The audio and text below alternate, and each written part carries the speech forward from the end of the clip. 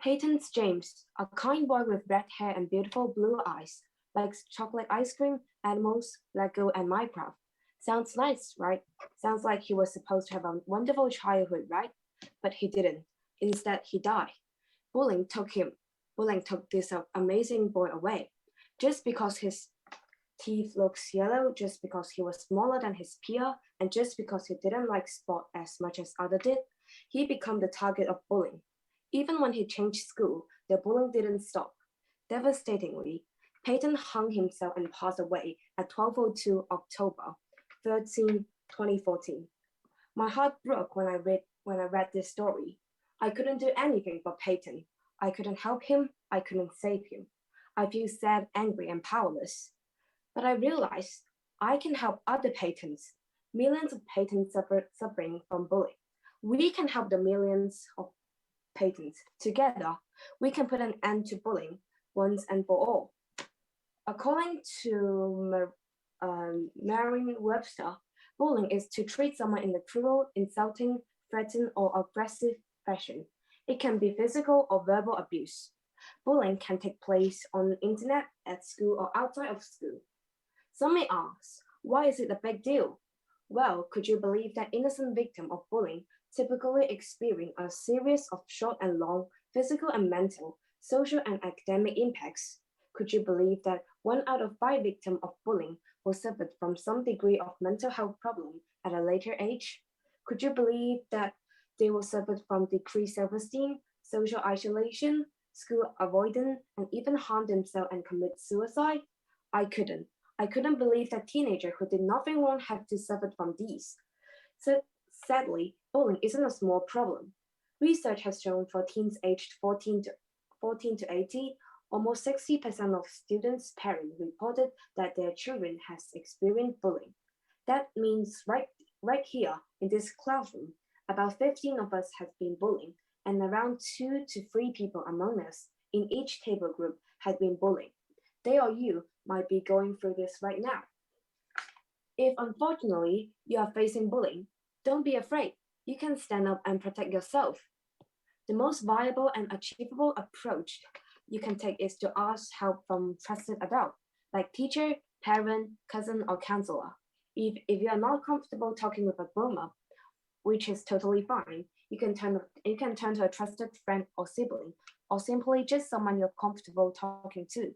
If there is no trusted people around you, or the trusted people can't really help you, ask for help from related organizations. Kid Helpline is one of them. They will be more than happy to provide help for you. Research from Mental Health Foundation shows talking about your feeling can help you stay in a good mental health and deal with time when you feel troubled. And remember, if you're a victim of bullying, never question yourself or feel embarrassed or scared to ask for help. Once you reach out, I'm sure that there is someone who guide you through the darkest moment. If we accidentally saw bullying happen, as a bystander, we can provide help to victims. Bystanders are people who witness bullying in action. Research showed that if a bystander interrupts a bullying within about 10 seconds, this goes a long way to stopping bullying. That is amazing that we have the power to save a life, maybe even multiple lives. Then one question popped up into my mind. With all those risks bystanders have to take when they're helping the victim, why should we still help? Well, I have the answer. The action we take to help others also benefit us. According to Mayo Clinic, being kind boosts serotonin and dopamine, which are neurotransmitters in the brain, give us feeling of satisfaction and well-being. Helping others also make us feel happier, improve our self-esteem, and reduce our stress.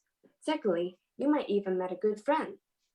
As a teenager, what we can do to stop bullying is to provide a safety environment with zero tolerance for bullying.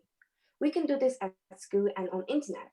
According to Stop Bullying government website, one of the reasons bystanders don't stand out from bullying is fear of retaliation and being bullied themselves.